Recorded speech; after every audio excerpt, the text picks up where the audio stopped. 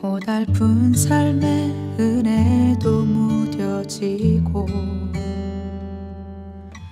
곧 사라질 것에 내 맘 두네. 헛되고 헛된 것들을 바라보며 그 은혜를 놓치며 살았네. 주어진 삶을 묵묵히 살아가며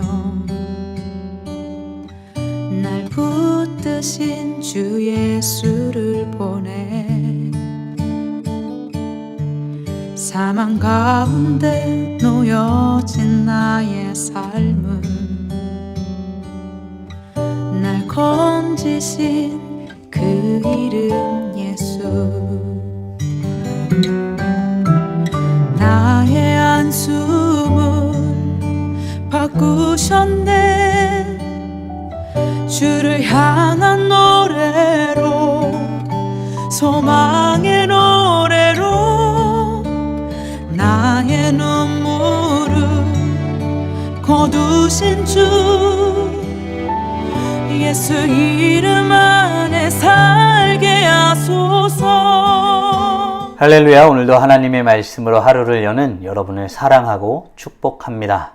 여러분, 한 나라의 대통령이 공식 행사를 치를 때 마음만으로 되는 것이 아님을 알고 계십니까? 무슨 말입니까? 절차와 형식, 그런 것들이 가득 있다는 뜻이죠. 격을 갖추어야 한다는 말이기도 합니다.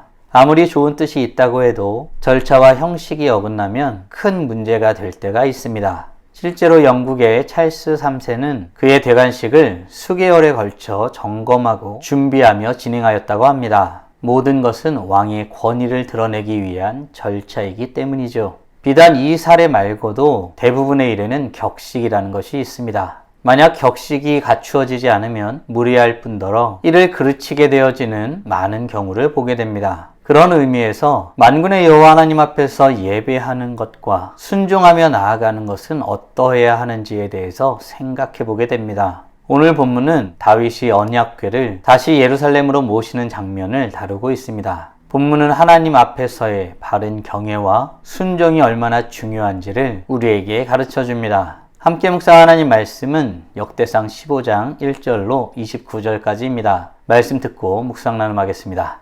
다윗이 제사장 사독과 아비아다를 부르고 또 레위 사람 우리엘과 아사야와 요엘과 스마야와 엘리엘과 암미나답을 불러 그들에게 이르되, 너희는 레위 사람의 지도자이니 너희와 너희 형제는 몸을 성결하게 하고 내가 마련한 곳으로 이스라엘의 하나님 여호와의 궤를 메어 올리라. 전에는 너희가 매지 아니하였으므로 우리 하나님 여호와께서 우리를 찢으셨으니 이는 우리가 규례대로 그에게 구하지 아니하였음이라. 이에 제사장들과 레위 사람들이 이스라엘 하나님 여호와의 궤를 메고 올라가려 하여 몸을 성결하게 하고 모세가 여호와의 말씀을 따라 명령한 대로 레위 자손이 채 하나님의 궤를 꿰어 어깨에 매니라.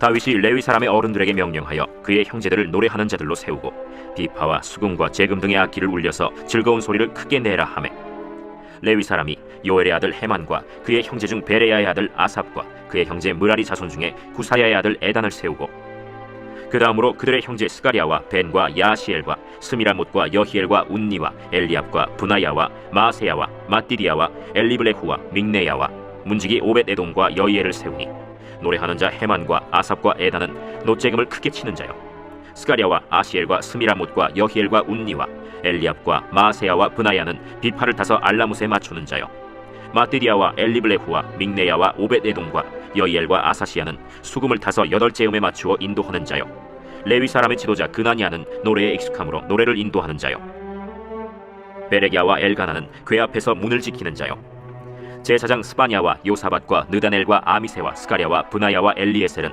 하나님의 궤 앞에서 나팔을 부는 자요, 오벳에돔과 여히야는 궤 앞에서 문을 지키는 자이더라.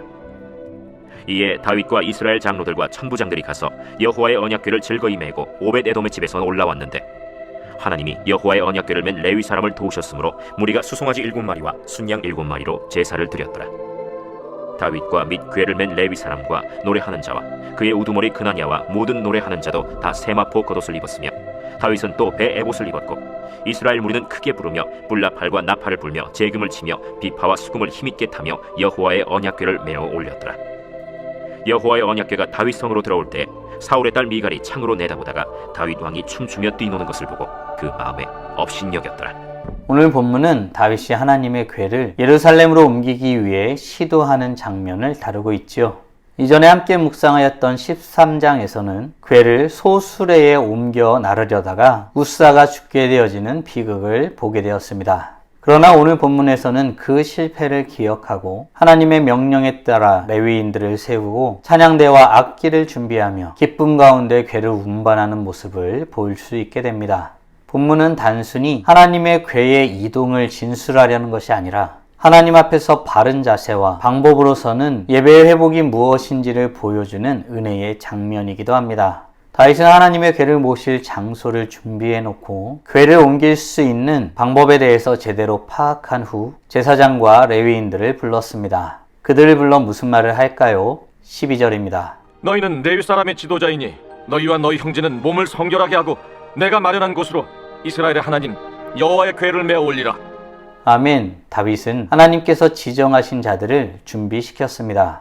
과거에 시도하였던 하나님의 궤를 수레에 실어 나르는 것이 하나님이 정하신 방법이 아닌 것을 깨달았기 때문이죠. 그러니 이번에는 하나님의 궤를 매게 하기 위하여 하나님께서 지정하신 레위 사람들을 불러 몸을 정결하게 준비시키고 있는 것입니다. 사랑하는 성도 여러분, 우리 자신에게 질문해 봅시다. 우리는 하나님께서 원하시는 방식을 찾고 그대로 행하려고 애쓰고 있나요?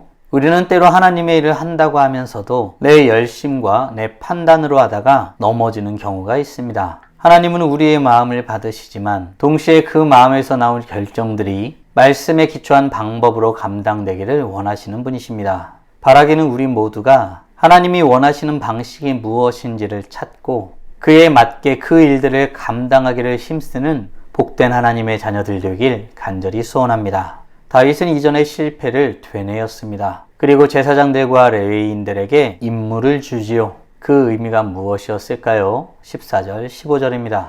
이에 제사장들과 레위 사람들이 이스라엘 하나님 여호와의 궤를 메고 올라가려 하여 몸을 성결하게 하고 모세가 여호와의 말씀을 따라 명령한 대로 레위 자손이 채 하나님의 궤를 꿰어 어깨에 매니라. 아멘. 레위 사람들은 단순히 궤를 옮기는 일꾼이 아니었습니다. 하나님의 거룩을 옮기는 사명을 받은 자들이었죠. 그리하여 그들은 무엇보다 자기 자신을 잘 준비했어야 했습니다. 형식 안에는 의미가 담겨져 있는 법입니다. 하는 일이 그 의미를 담고 있는 것이죠. 우리가 하나님께 예배한다는 것은 예배자로서의 삶의 의미가 있음을 기억해야겠습니다. 사랑하는 성도 여러분, 우린 어떤가요? 우리는 하나님 앞에 나아가 예배하는 자로서 이 땅에 의미 있는 일을 해야 하는 존재임을 믿으시나요? 하나님을 믿는 우리들에게 이 질문은 의미 있는 질문인 것 같습니다. 주일 예배, 기도, 찬양, 예배, 봉사, 그 외의 모든 것들, 그 모든 것들은 의미 있는 행함이 수반되는 것들입니다. 하나님과 하나님의 다스림이 드러나는 현장이라는 뜻이기도 합니다. 그 일을 감당하는 이로써 우리는 외적인 활동들 안에서 그 의미를 제대로 인식하는 내면의 준비가 필요할 것입니다. 바라기는 우리 모두 이 땅에 의미 있는 존재임을 깨닫고 하나님의 뜻을 이 땅에 이루기 위해 힘써 행하는 복된 하나님의 자녀들 되길 간절히 소원합니다. 결국 다윗은 하나님께서 원하시는 바른 방식으로 하나님의 궤를 옮기게 되지요. 이때 다윗은 하나님께 어떤 모습을 보이며 나아가고 있을까요? 28절, 29절입니다. 이스라엘 무리는 크게 부르며 불나팔과 나팔을 불며 재금을 치며 비파와 수금을 힘있게 타며 여호와의 언약궤를 메어 올렸더라. 여호와의 언약궤가 다윗 성으로 들어올 때 사울의 딸 미갈이 창으로 내다보다가 다윗 왕이 춤추며 뛰노는 것을 보고 그 마음에 업신여겼더라. 아멘. 마침내 궤가 예루살렘으로 돌아올 때 백성들은 기쁨으로 노래하였고 다윗은 왕의 체면을 내려놓고 전심으로 춤을 추며 찬양하였습니다. 다윗에게 있어서 중요한 것은 사람들의 시선이 아니었습니다. 오직 하나님의 임재가 이 땅에 회복되는 것이 그에게 있어서 참된 기쁨이었죠. 그러나 그 모습을 본 아내 미갈은 다윗을 멸시합니다. 진짜 예배는 사람의 눈이 아니라 하나님의 시선, 하나님의 마음을 향해 있는 것입니다. 순종에는 대가가 따를 수도 있지만 그 끝에는 반드시 하나님께서 주시는 참된 기쁨이 있습니다. 사랑하는 성도 여러분, 오늘 우리는 다윗이 언약궤를 다시 예루살렘으로 모시는 장면을 통해 하나님 앞에서의 바른 경외와 순종이 얼마나 중요한지에 대하여 묵상하였습니다. 다음 질문들을 통해 말씀을 정리하고 더 깊게 묵상해 보길 원합니다. 우리는 하나님을 섬기는 이로써 이 땅에 참된 의미가 있는 존재임을 알고 그 뜻을 이루기 위해 거룩함으로 순종하며 살아가길 소원하십니까? 아울러 우리는 하나님의 뜻을 이루기 위해 바른 경외와 바른 방식으로 그 일을 감당하길 소원하고 있나요? 사람들의 시선보다 하나님의 시선을 의식하여 그 일을 감당하기 위해 지금 당장 할 수 있는 일은 무엇이 있을까요? 묵상하신 대로 주님 앞에 나아가 찬란하게 빛나길 간절히 소원합니다. 다 함께 기도하겠습니다.